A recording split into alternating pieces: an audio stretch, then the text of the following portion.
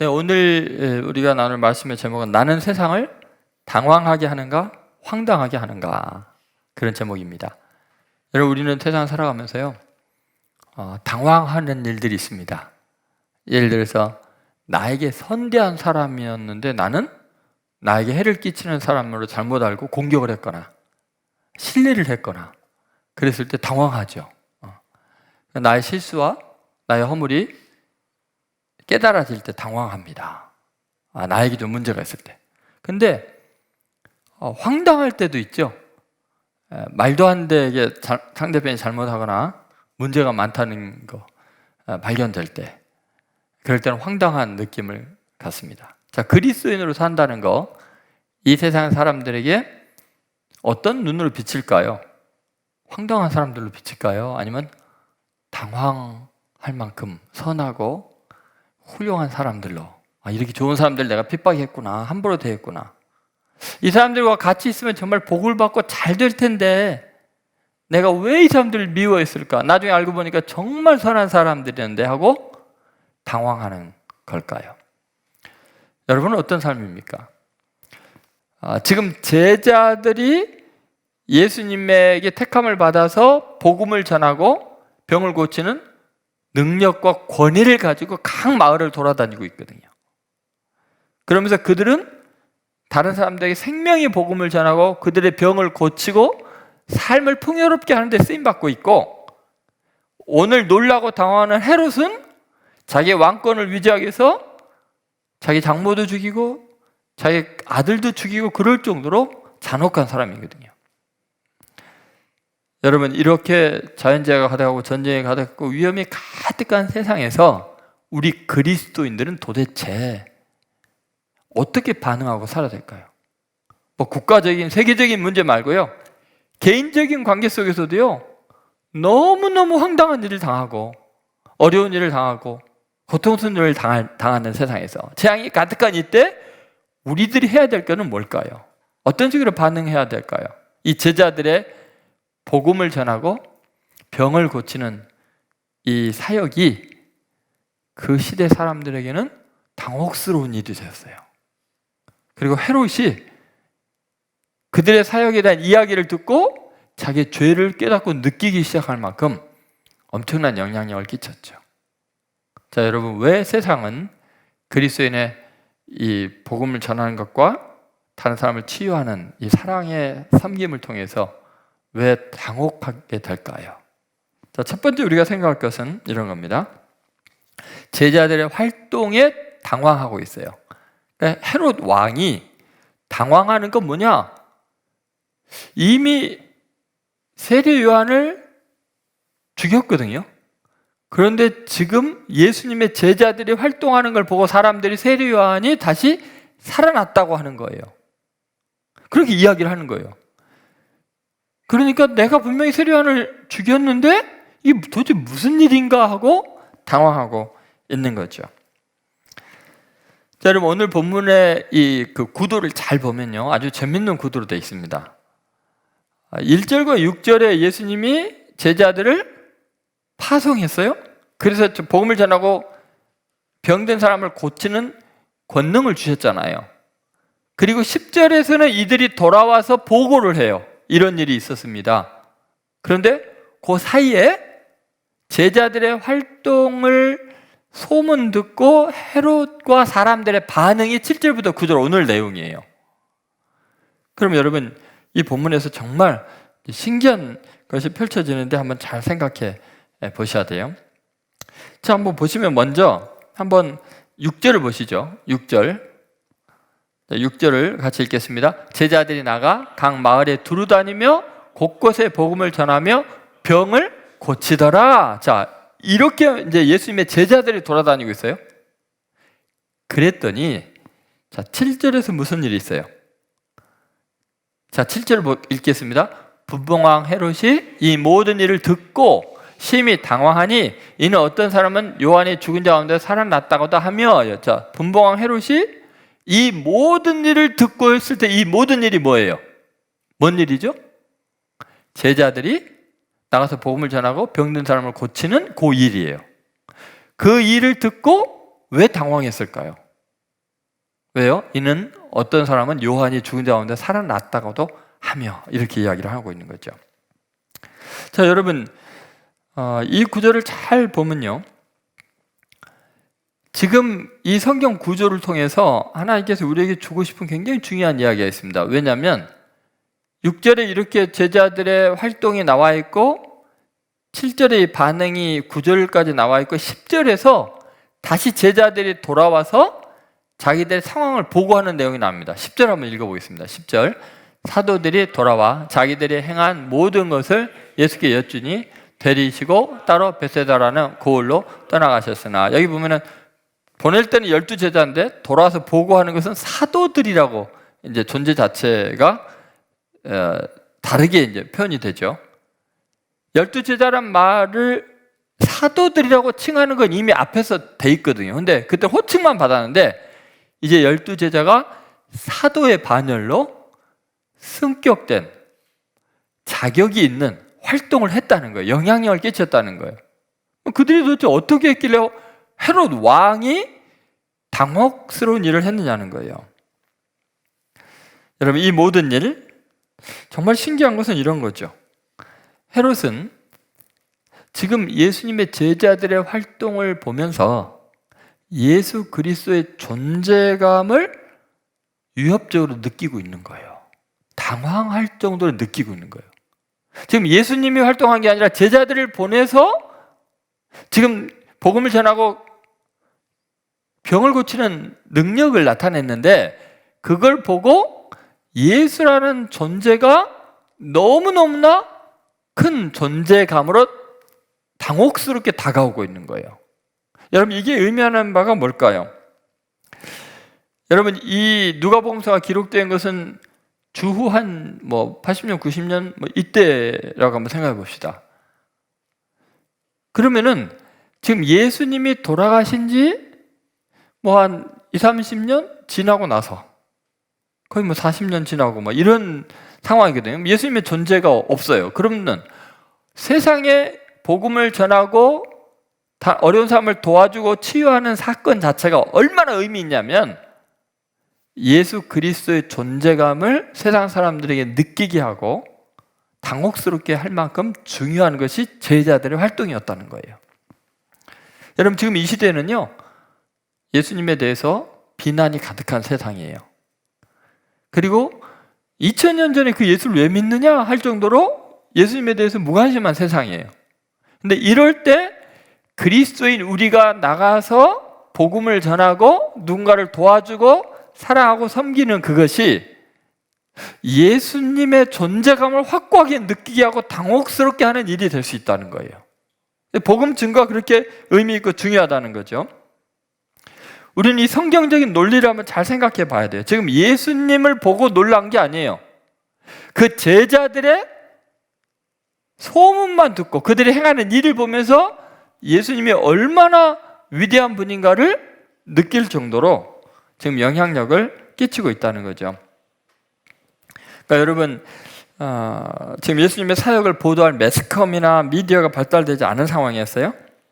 그냥 그 제자들이 마을마다 돌아다니면서 섬기는 것 자체가 이렇게 세상에 권력 있고 힘 있는 사람도 당혹스럽게 하는 삶이 될 수 있다는 거죠. 그래서 우리는요, 예수님을 느끼게 해주는 편지이고 예수님의 냄새를 풍기는 향기이고 우리 자신이 작은 예수로서 이 땅에 부름받았다는 것을 잊어서는 안 돼요. 자, 두 번째는 헤롯의 당황은 뭐냐면, 이 세상이 당황하는 이유, 그건 뭐냐면 자신의 죄가 드러나는 것에 당황해요.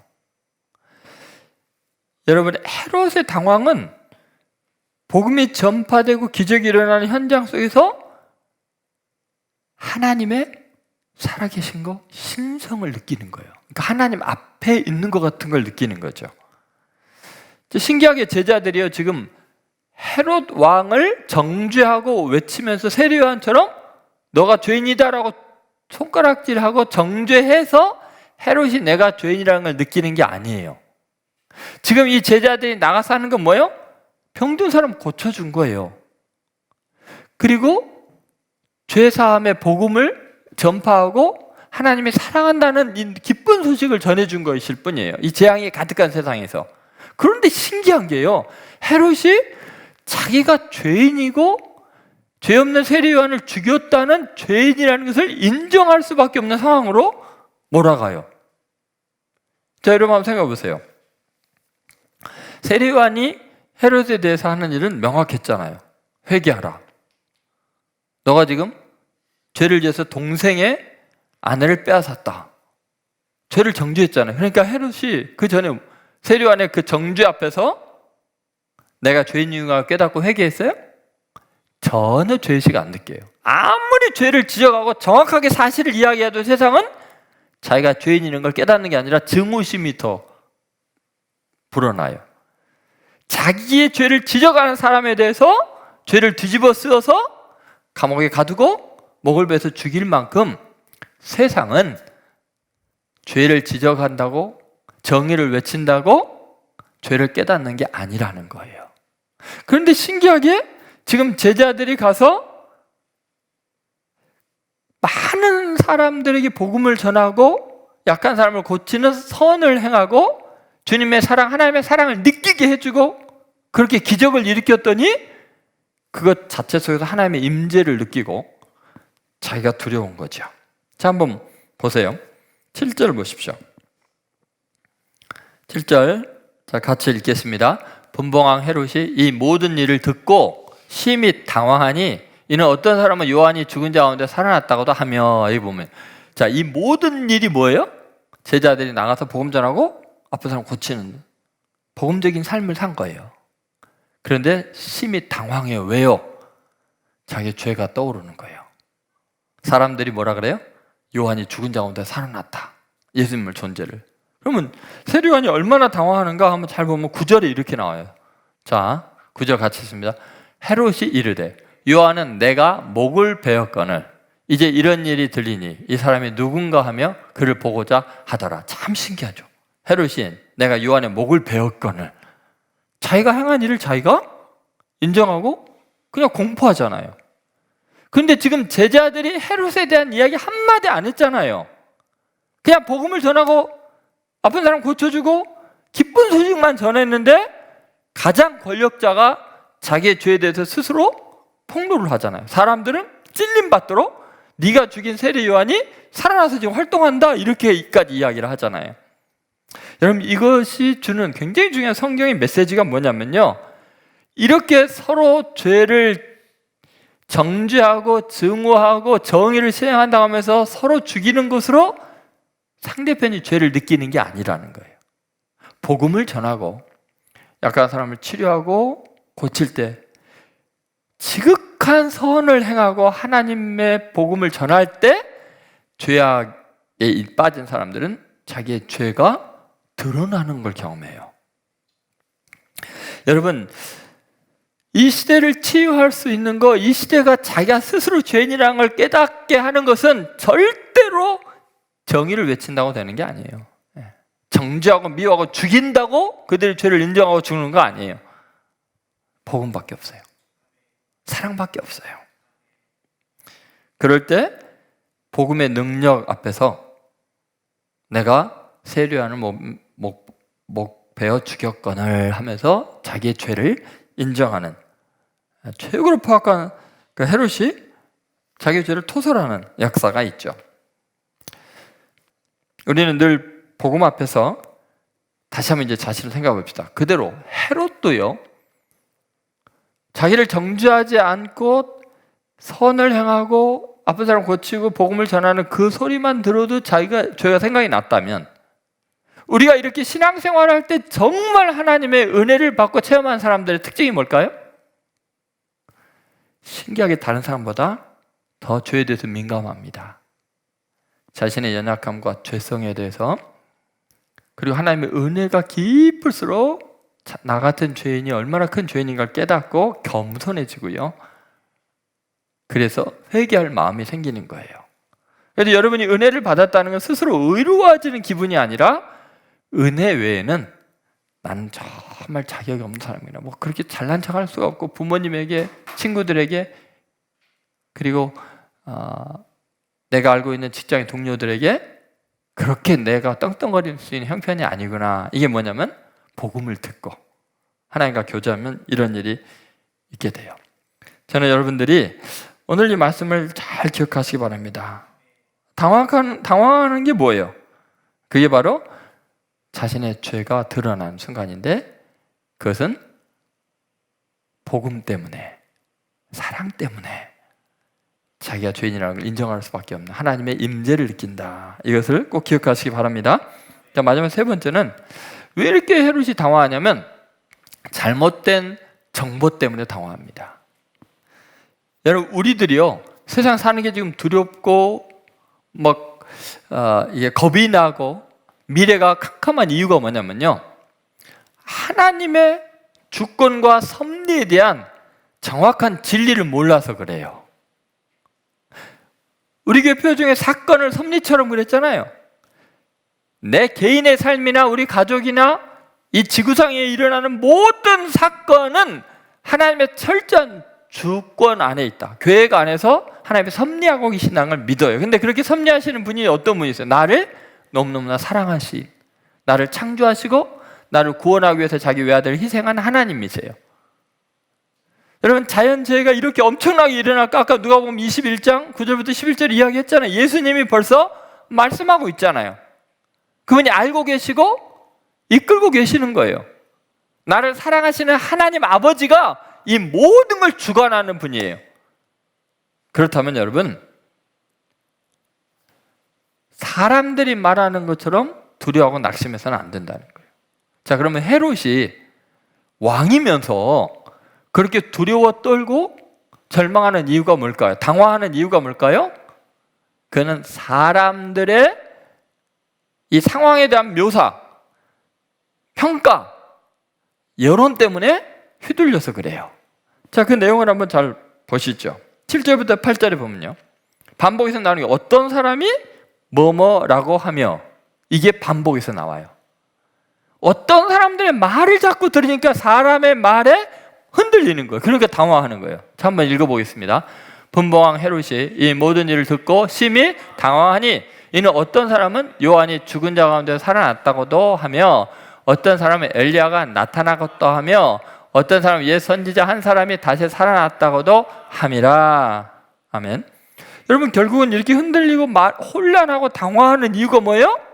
헤롯이요, 어떤 사람이 이런 말하고, 어떤 사람은 이런 말하고, 어떤 사람은 이런 말하고. 그러면 자기 의견은 뭐예요? 여러분, 만약에 헤롯이요, 사람들의 또 현상에 대한 팩트에 대한 이야기들이 아니라 하나님의 기록된 진리의 말씀에 대해서 자기가 확고하게 알고 있었다면요, 지금 이런 현상에 대해서 왜 당황하겠어요? 막 제자들이 복음을 전하고 병든 사람을 고치고, 이거 왜 당황할 일이냐고, 좋아할 일이지. 왜 당황하겠어요? 여러분, 지금 우리들은요, 내가 다니는 회사에서, 내가 다니는 학교에서, 내가 만나는 사람들과 이야기해서 밀리는 것 같고 불안하고 화가 나고 당황하는 이유가 뭔지 아세요? 내 속에 진리가 없어서 그래요. 누가 뭐라 그래도 확고하게 이 말씀을 붙들고 이 진리의 말씀, 하나님의 말씀에 대한 확신이 있으면요, 어떤 사람이 뭐라고 하든 두렵지 않아요. 당황하지 않아요. 근데 말씀에 대해서 무지하니까 내 생각도 내가 못 믿겠고, 다른 사람이, 이 사람이 말하면 이런 것 같고 저런 것 같고 이제 큰일 났다는 생각이 들으니까 두려운 거죠. 설사 정확하게 하나님의 말씀을 알고 있어도 그 말씀을 받아들이고 해석하는 것이 자기 수준에서 내가 가진 욕망과 가치관을 위해서 성경을 잘못 해석하면 역시 두렵고 당황하게 돼요. 여러분, 그걸 어떻게 알 수 있을까요? 여러분, 그 헤롯이요, 마태복음 2장에 보면 당혹하는 이야기 나옵니다. 막 온 예루살렘 소동한 이야기 나오죠. 왜냐하면 동방으로부터 멀리 박사들이 와갖고 왕궁에 와서 유대인의 왕으로 오시는 분이 어디 있습니까? 하고 물어보는 거예요. 이방인들이 왕이 왔다는 소식에 지금 헤롯 왕이 있는데 다 당황하게 되죠. 헤롯이요. 어디서 태어났는지 모르니까 여기는 왕궁에서 안 태어나는데 왕이 왕궁에서 태어나야 되는데, 그래서 서기관과 바리새인들, 제사장들을 불러다 물어봐요. 자, 메시아가 왕이 어디서 태어나냐? 예언하는. 그랬더니 베들레헴이라는 거예요. 그래서 동방박사들한테 보내면서 니네들이 아기를 만나면 우리한테 어디에 계시는지 말하라, 우리도 경배하겠다라고 보내놓는데, 천사가 그 동방박사들에게 꿈에 깨닫게 해줘서 다른 데로 가게 하고 헤롯에게 안 오죠. 나중에 알게 되고서 어떻게 해요? 헤롯이 군사를 보내서 베들레헴 경내에 있는 2살 아래의 모든 아이를 다 학살하게 하잖아요.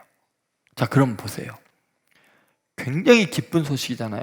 구주가 태어났으니까. 다윗의 왕위로 오시는 그분이 오셔서 우리의 모든 죄를 축락하셔 하나님의 나라를 임하게 하는 기쁜 소식이잖아요. 자기는 몰랐지만 제사장들을 통해서, 서기관들을 통해서 정확하게 그분이 메시아인 걸 알았잖아요. 그러면 어떻게 해야 돼요? 당황할 게 아니라 기뻐해야 되는 거 아니에요. 그런데 왜 그 아기를 죽이려고 할까요? 왕으로 오신 분을 죽이려고 할까요? 이 복음의 기쁜 소식이 왜 자기에는 당혹스러운 이야기가 될까요? 그거는 오시는 왕에 대해서 자기 입장에서, 자기 수준에서 이해하기 때문에 그래요.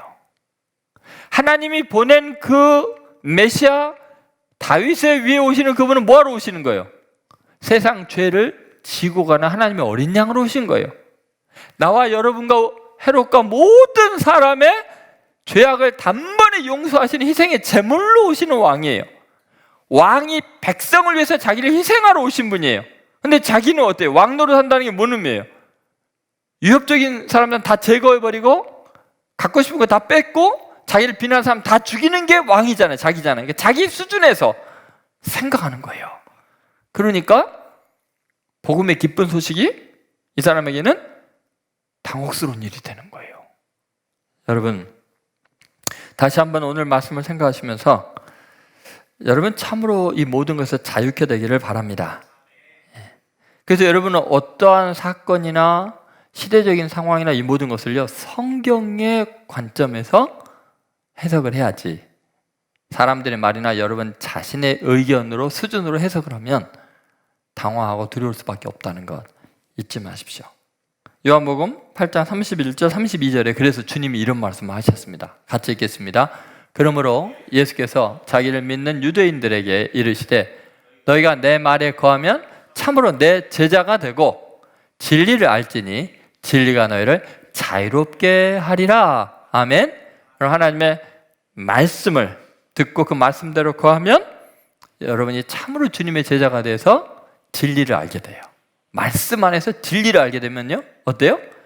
참으로 자유하리라.